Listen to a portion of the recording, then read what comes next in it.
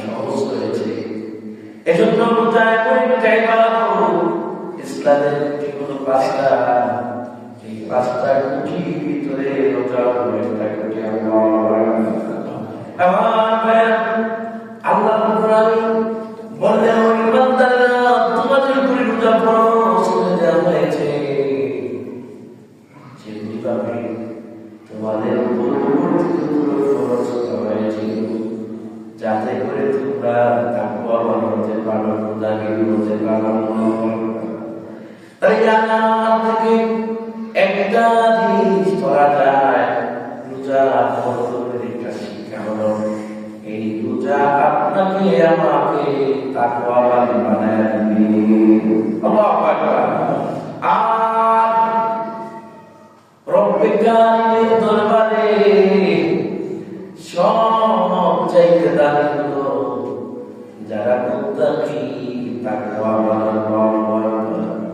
এজন্য কোরআনুল কারীমে রব্বুল আলামিন জানাচ্ছেন, ইন্না আকরামাকুম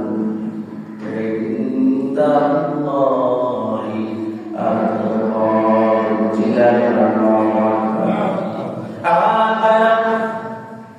আল্লাহ এখানে বলেন, তাই কোটি কোটি টাকার মালিক তুমি আমার কাছে বড় সম্মানিত।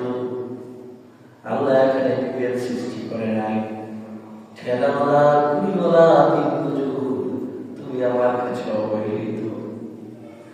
কোটি টাকার মালিক যদি আল্লাহ না মানে, হেদায়েত না পায়, যে জাহান্নামে যাবে, ছোট্ট গরীব মানুষটাও যদি বিরিয়ানি দেখায়, সেও যদি আল্লাহ না মানে জাহান্নামে যাবে।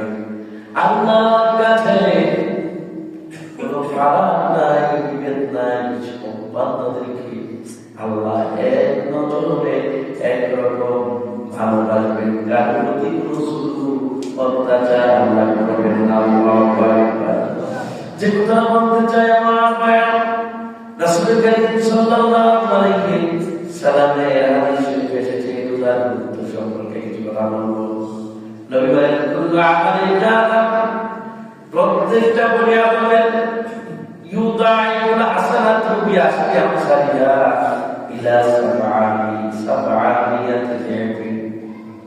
একটা আমল যদি রমজান মাসে কোনো বান্দা কোনো রাসূলের উপর যদি করে, নবী বলে প্রত্যেকটা আমলের বিনিময়ে রাসূল বলেন, ইউদাইউ হাসানাতু বিআশরি আমসালিহা, 10 1 থেকে 10 গুণ বাড়িয়ে দেওয়া হবে। রাসূল বলেন, শুধু তাই নয়, 10 গুণ থেকে 70 গুণ আল্লাহ রমজানকে কেন্দ্র করে আপনার ভালোবাসায়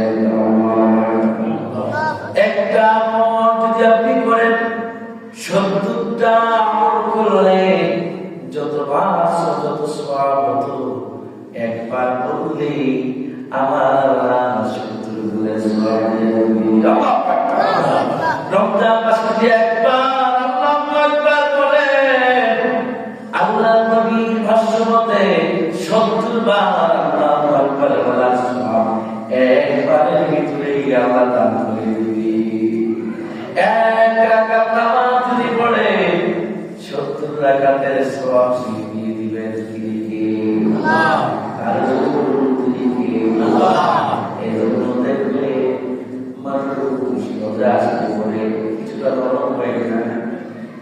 আল্লাহ কোরআনকে শ্রদ্ধাতে শিখে মসজিদে বেশি বেশি আসে।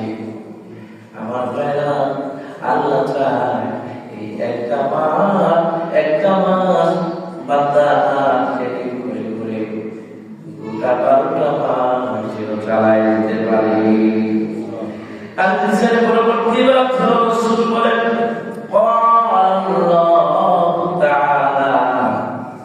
আল্লাহ নবী বলেন, আল্লাহ বলেছেন, আল্লাহ বলেন, ইল্লা সাওম, তুমি যখন সাজদা দিবে একটা 70টা সাজদার বিনিময়ে দান করে দিও। আল্লাহ বলেন, ইল্লা সাওম, রোজার জন্য, ফাইদাহু লি, রোজা বান্দা একমাত্র কেবলমাত্র শুধুমাত্র আমার জন্য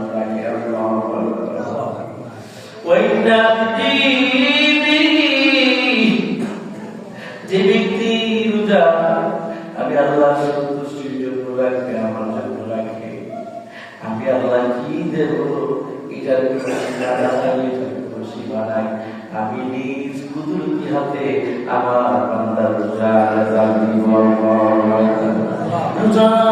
প্রতিফল আমি আল্লাহ নিজ কুদরতি ভাবে দেব।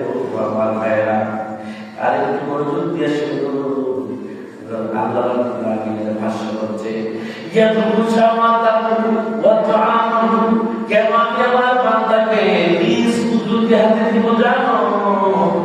আমার বান্দা রোজা যখন রাখলো নিজের যেটা চাই সেটা করে নাই, আমার বিধানগুলো মেনে মেনে চলেছে, আমি যেগুলো রাখতে বলেছি রোজা রেখেছে, খাবার খায় নাই, সব বিষয় দিয়েছে। আমার আজানি রোজার সময়টা আমার বান্দা খাবার ছেড়ে দিয়েছে। আমার রমজানের রোজা একমাত্র কেবলমাত্র আমরা আল্লাহ সন্তুষ্টির জন্য রাখিয়েছি কিনা বলে আল্লাহর ভয় করে রাখি। অনেকে আছে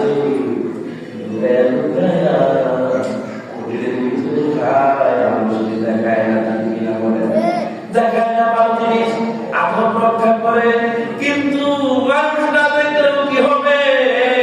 যিনি আসমান জমিনের মালিক তিনি গোপন দেখে প্রকাশ্য দেখেছি কিনা বলে। আমার মায়েরা রব্বুল আলামিনের রাসূল করিম সাল্লাল্লাহু আলাইহি ওয়াসাল্লামের হাদিসে এসেছে রোজার ভিতরে দুইটা ইসলামে ফারাহাতানে দুটা রয়েছে রোজাদারের জন্য। কার জন্য? রোজাদারের জন্য। কি হয়েছে বলেন? বলেন দুটা আনন্দ রয়েছে। যখন রোজাদার আল্লাহ বান্দা যখন সারাদিন রোজা রেখে ইফতারি সামনে নিয়ে বসে, এটা একটা আনন্দ। আমার ভাইরা